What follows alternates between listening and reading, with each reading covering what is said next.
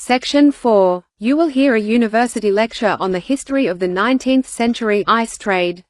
First, you have some time to look at questions 31 to 40.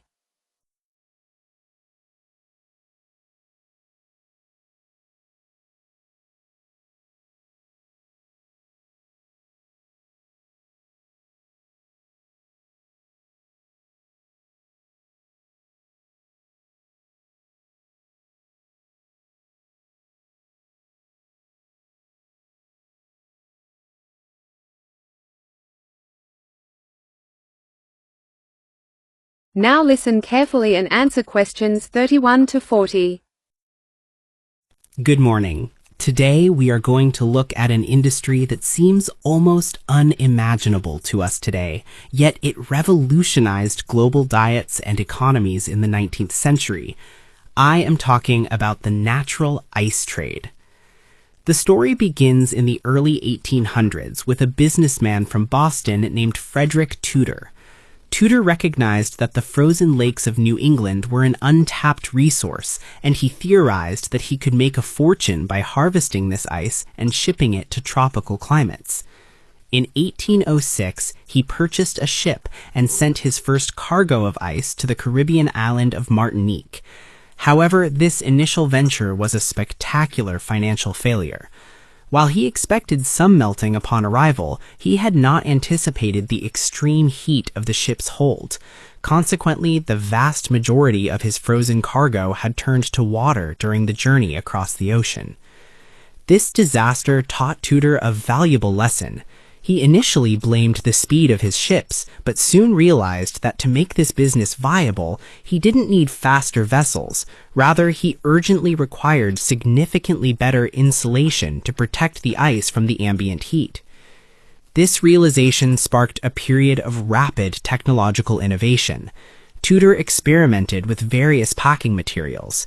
He tried wrapping the ice in tree bark and later in heavy blankets, but neither was particularly effective. Eventually, he discovered a waste product from local timber mills that worked perfectly: sawdust.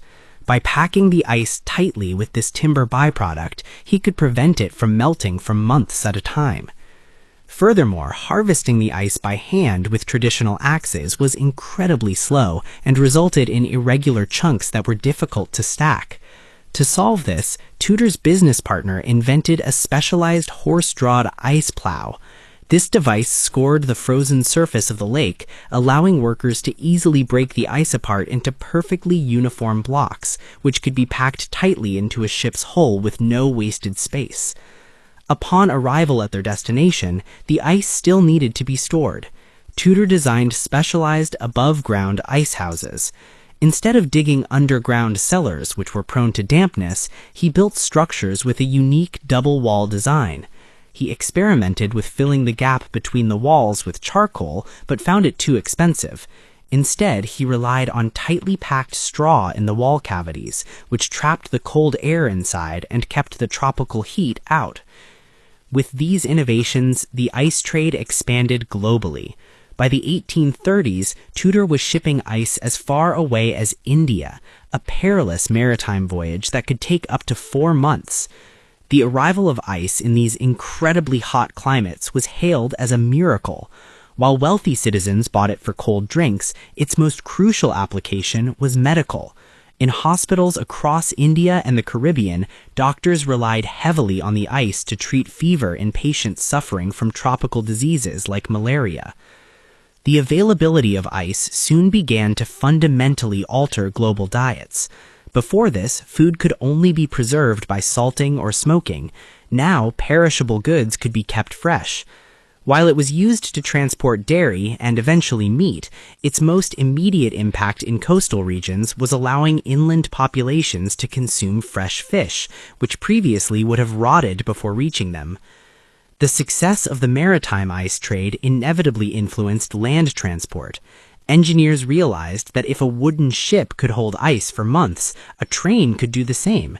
This directly inspired the design and production of insulated, refrigerated railway carriages, which soon began crisscrossing the continents, carrying fresh produce from rural farms directly into rapidly growing industrial cities. However, the industry's dominance was not to last. Toward the end of the 19th century, the first mechanical ice-making machines were invented. Initially, natural ice remained cheaper, but a new problem arose: pollution.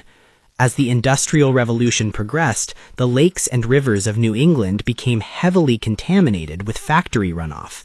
Public health officials soon declared that ice harvested from these natural but polluted water sources was entirely unsuitable for human consumption. People quickly shifted to buying artificially manufactured ice, which was made from clean, filtered water. The demand for natural lake ice plummeted. While a few small rural harvesting operations managed to survive into the early 20th century, the widespread adoption of electric household refrigerators was the final blow. By the time the 1930s arrived, the once massive global trade in natural ice had completely disappeared, rendering the massive ice houses and specialized horseplows obsolete.